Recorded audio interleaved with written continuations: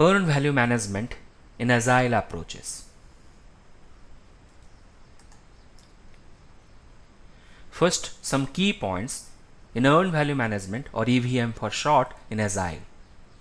Story points are used as the measure of work planned or work performed or done in Agile. At this point, I would like to say I am not really fixated on story points. You can use other concepts such as features planned or features completed or features done. The reason I am using story points because so far I have used these concepts in my Agile release planning or iteration planning, or while taking the items from the product backlog and estimating and putting into the iteration backlog, and similar concepts I am going to use in this case as well. If you are using features done or features completed, that is also perfectly fine. However, your foundational understanding and applicability with respect to EVM metrics are going to be same. The next key point is telling the end of iteration is used to perform the EVM and determine the status with respect to the plan. So we are having our data date or the status date at the end of the iteration. Next, you consider baseline at the level of release, not at the level of iteration. The measurement or progress is checked at the end of the iteration. That is, when actual velocity for the iteration is known, and also the actual cost for the iteration is also known. So when you complete the items at the end of the iteration, that will consider to be done, and that will be counting towards the velocity for that iteration. That is fundamental in Agile.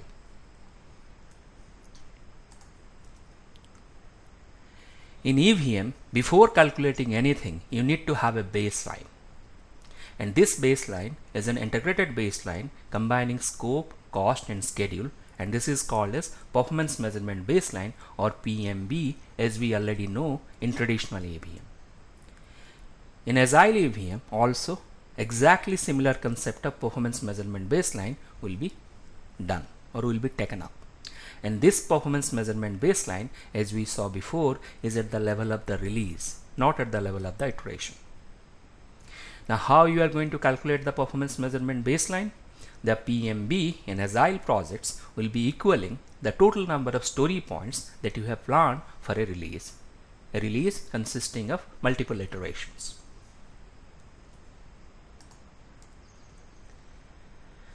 Next, the foundational metrics, as I call them, in EVM in Agile. So first, the PV, or the planned value. This is the value of work planned to be accomplished at the end of the iteration. EV, that is the earned value. This is the value of work actually accomplished at the end of the iteration. Then AC, or actual cost. This is the actual cost incurred for work increment at the end of the iteration. Remember, we are calculating our foundational values with respect to PV, EV and AC at the end of the iteration. Then we have the BAC, or the BSC, that is the budget at completion. This is the budget assigned to complete the work for the entire release, not for the iteration. Simply speaking, you can say planned value is the work planned, earned value is the work done or work completed, AC is actual cost, is your money spent, whereas BSC is the total budget for the release. Now we are going to do the calculation for this foundational metrics.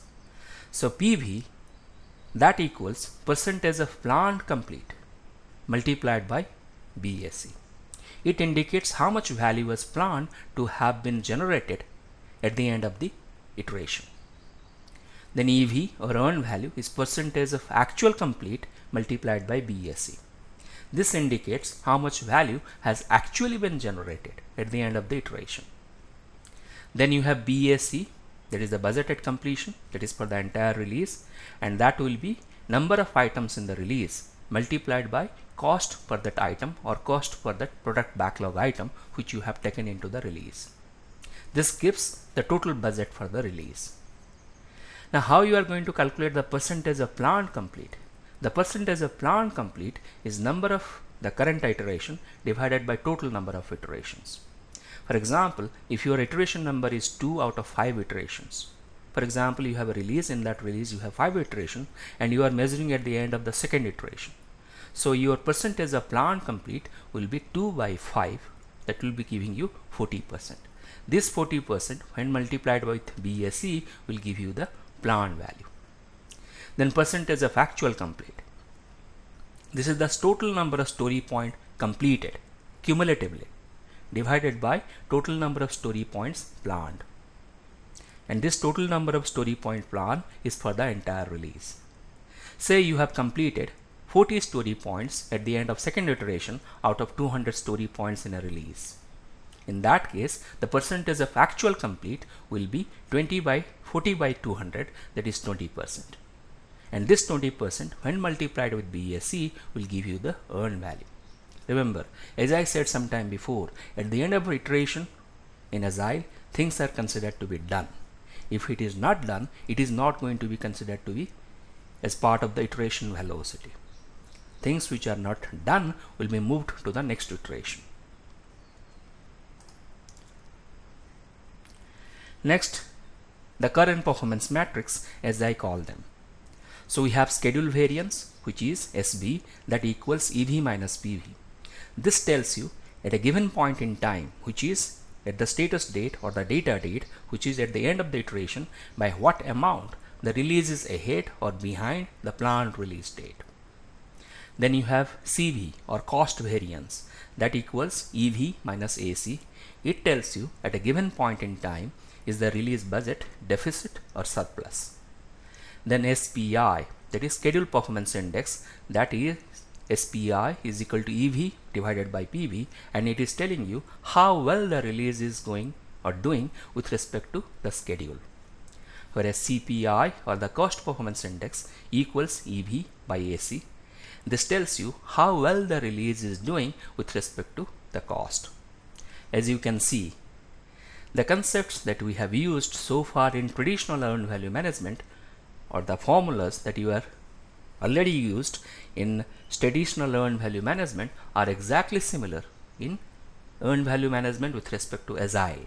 However, the understanding are different.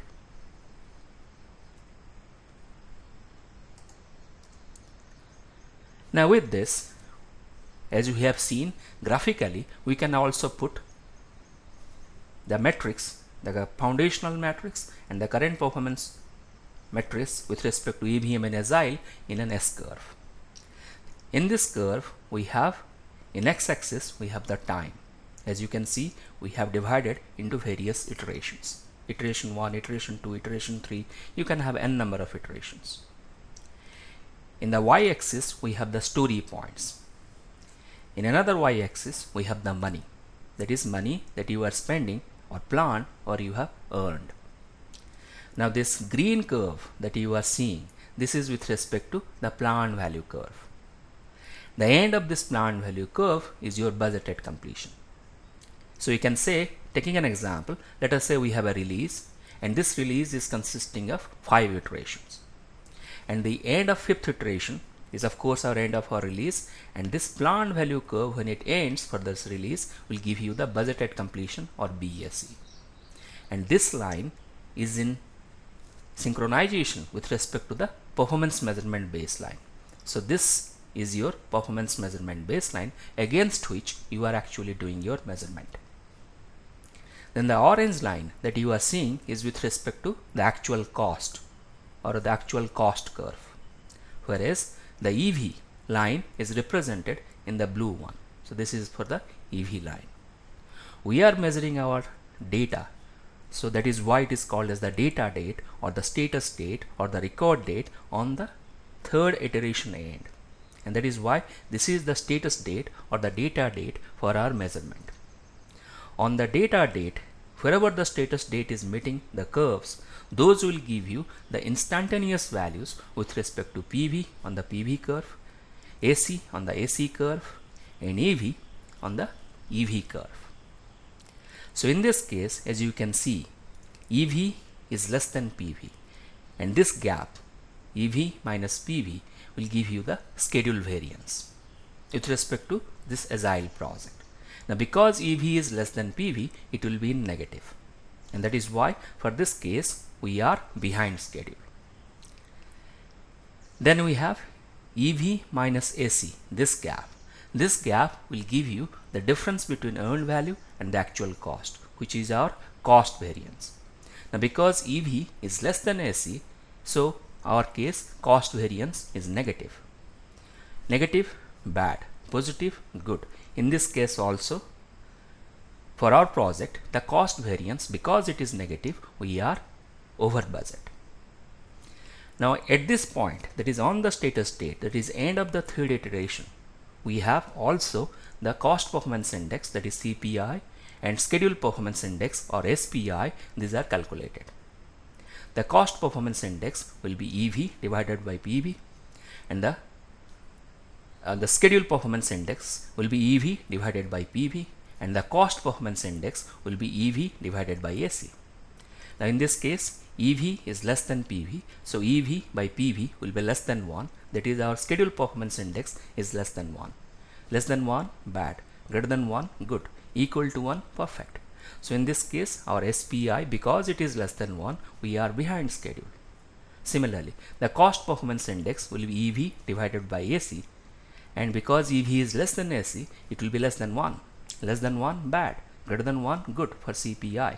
And because EV by AC in this case is giving us less than 1, that is how for our project the cost performance index, which is EV by AC, will be giving a value of less than 1, and because it is bad, we are over budget. Now you will be thinking, how about if I have multiple releases, and in every release I have multiple iterations? No problem at all. You can use the same S curve. So you can say, for example, I can break it down to say release 1, release 2, and release 3. And I can have iteration 1, iteration 2, iteration 3 for one release, then iteration 4, iteration 5, iteration 6 for the next release, and similarly I'll go for the final or other releases.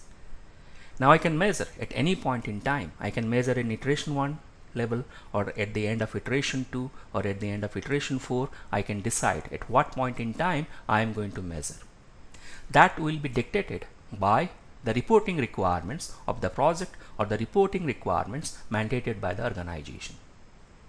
As we have seen in traditional earned value management, we have S-curve representation. Exactly similar thing you can also do in Agile projects. So these are the key points, the foundational metrics and how they are calculated, the current performance matrix, that is, you have schedule variance, cost performance index, and schedule performance index, and how they are calculated. And in the end, I just explained how they can be represented in an S-curve.